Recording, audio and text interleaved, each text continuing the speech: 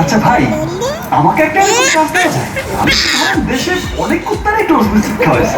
রাজকুমার দেখার ইচ্ছা ছিল না। আমি অনেক বাজে বাজে রিভিউ করছি রাজকুমারের গান নিয়ে, বাট হলে অতটা বাজে লাগে নাই। হ্যালো, সবাইকে স্বাগতম জানাচ্ছি নতুন আরেকটা ভিডিওতে। বন্ধুরা, আজকে ভিডিওটা মূলত একটা র্যান্ডম ব্লগ, এটাকে ব্লগ কম একটা রিভিউ ভিডিও বলা যায়। তো লেটস সি। বাবা কই আসছো? বলো, তুমি বসুন্ধরা আসছো? তুমি আজকে ছবি দেখবা? তুমি কি টিয়ার করে ফেলাইছো বাবা?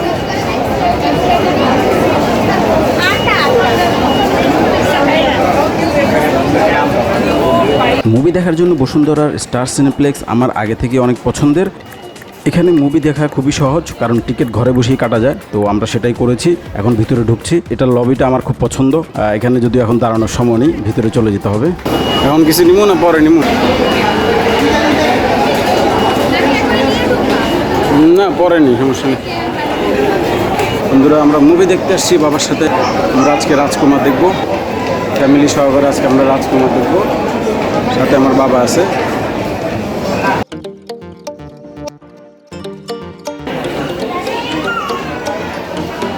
আমাদের অন্য লেভেলে বন্ধুদের অসম নেটওয়ার্কে স্ক্যান করলে 5 টাকা ক্যাশব্যাক সহ অনেক কিছু। আমরা বুঝে দেখি না। সোজা আরে আমার নেটওয়ার্ক কই? আজকে কত শুনি আছে কতটা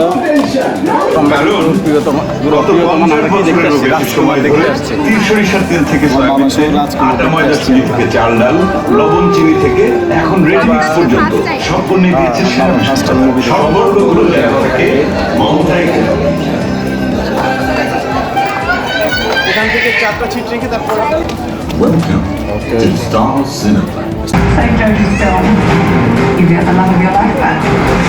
I'm not the hero, I'm just the doctor. Not today, you're not. Tom, really need you back on set.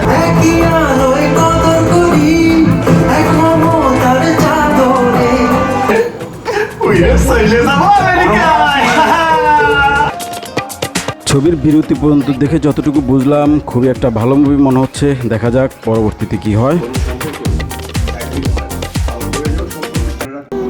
আমার মসজিদ আমার মদিনা আমার জগৎ বাড়ির একজন ত্রিভুবনে জনমের শোধ মায়া আমার একটা জনমের শোধ মায়া আমার একটা।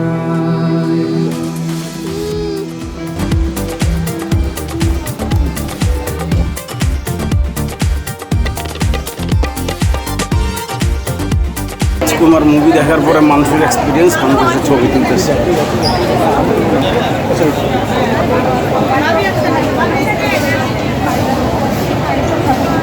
দিকে বাইরে হলাম রাজকুমার।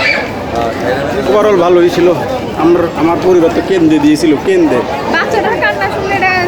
বাচ্চার কান্না শুনে কেন্দ্রে দিয়েছিল। সে যেহেতু বাচ্চা আছে, সেই জন্য কান্দাটা স্বাভাবিকভাবেই চলে আসছে। তো এই যে রাজকুমার, আমাদের রিভিউ খুবই ভালো বলতে গেলে। মুভিটা দেখে স্যাটিসফাই, টাকা উসুল। এন্ডিংটা ঠাস করে হয়ে গেছে, এক প্রকার ঠাস করে এন্ডিং হয়ে গেছে, বাট ওভারঅল গুড মুভি। আপনারা দেখেন, শাকিব খানের পারফরমেন্স দেখতে পারবেন, ভালো পারফরমেন্স ছিল। সো ভালো লাগছে। তো আমি ওনার মতামত শুনি। তোমার কাছে কেমন লাগছে বলো? আমার কাছে দারুণ ভালো লাগছে। সাথে বিদেশি যে ক্যারেক্টার ইয়াটা লাগছিল, নায়িকাটা, তারেও কিন্তু আমার ভালো লাগছে। সবাই যে বলতেছে তার জায়গায় অন্য কারণে নিলে ভালো হইতো, কেন? কারণ তার যেই সিচুয়েশন অনুযায়ী যে ক্যারেক্টারটা ছিল, তার ডায়লগ, তার সব কিছু পারফেক্ট ছিল। পারফেক্ট ছিল, হ্যাঁ অবশ্যই। মানুষ যে বলে কিছু খামতি ছিল, আমার কাছে তো খামতি লাগে না। মানে আমি তো খুবই একটা কম্প্যাক্ট মুভি দেখলাম। মনে করো যে কোনো প্রকার কোথাও সিনে নাই। মানুষের একটা কমপ্লেন ছিল যে লাস্টে ভিলেন এসে কেন শ্যুট করে। যথেষ্ট কারণ আছে ওরা মারা। ওর সাথে কি এমন ফাইট, কেমন ফাইট করো? ওই লোক যেই ভিলেন দেখাইলো, ওর অবশ্যই ওকে মারার যথেষ্ট কারণ আছে। সে যেহেতু নিউ ইয়র্কে মারতে পারবে না, সে দেশে এসে মারবে। সো মানুষ যেভাবে যে বিষয়গুলো নিয়ে মানুষ আসলে অবজেকশন দিচ্ছে, যে আসলে মুভিটা খাপ ছাড়া আছে কিছু কিছু জায়গায়। আমি বড় ক্রিটিক্স না, বাট আমার জেনারেল সেন্সে যেটা মনে হয় যে আমি আসলে মুভিটাতে অত বেশি খামতি পাইনি, কোনো খামতি পাইনি বললেই চলে। কিছু কিছু সিন হয়তো একটু তড়িঘড়ি করছে, একটু তাড়াতাড়ি করছে, but overall it's a good movie. যারা শাকিব খানের ফ্যান না তাদের কাছেও ভালো লাগবে আশা করি। কি বল? এখন আমি শাকিব খানের ফ্যান না, হ্যাঁ আমার স্টোরি ভালো হলে নায়ক যেই হোক না কেন আমার কাছে সেই মুভিটা ভালো লাগে। কিন্তু ওই দিক থেকে শাকিব খানের এই অ্যাক্টিংটাও বেস্ট ছিল, সাথে যারা আরও কো আর্টিস্ট ছিল সবারটা পারফেক্ট ছিল। শুধু লাস্টে মাহির ওই বয়স্ক যে গেট আপটা দিছে এটার আমি কোনো কাহিনী বুঝলাম না, এত লো বাজেটের মনে হয়েছে কেন এটা। এক্স্যাক্টলি বললাম না, কিছু কিছু জায়গা হয়তো খামতি থাকে, বাট যেটা হচ্ছে যে ওই বিষয়টা হয়তো তড়িঘড়ি করে শেষ করছে, যেটা বললাম শেষ এক লাস্টে। একটা পারফেক্ট হওয়া দরকার ছিল। Exactly. প্রিয়তমার মধ্যে যে শাকিব খানের যে বয়স্ক লুকটা ছিল একদম পারফেক্ট ছিল। তো মাহিয়া মাহির ক্ষেত্রে এমন তো না যে আমাদের বাংলাদেশে প্রথম কোনো ইয়াং ক্যারেক্টারকে এরকমের বয়স্ক লুক দিতেছে, তাই না? তো সেই ক্ষেত্রে এত বাজে মেকআপ কেন, মানে দেখাই অস্বস্তি লাগতেছে। আচ্ছা যাক, কিন্তু ওভারঅল তুমি একটা সিনের ক্ষেত্রে এটা বলতে পারো, বাট ওভারঅল তো মুভি ভালো ছিল।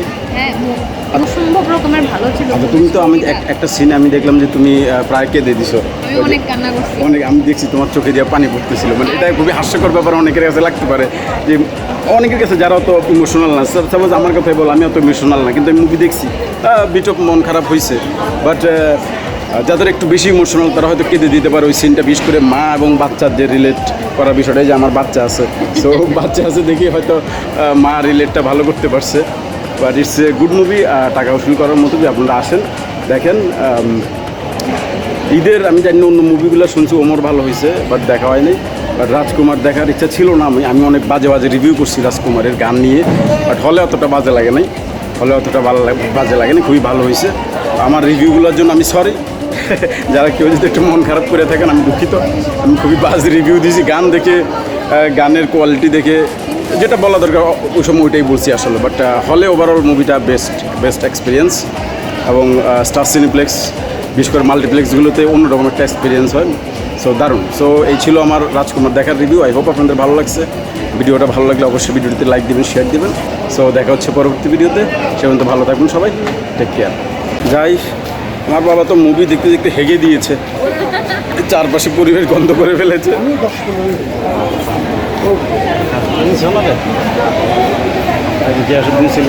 দেখার পরিচালক এত সাবাসী দেখেন, উনি নর্মালি চলে অল টাইম। অতিরিক্ত সাবাসী।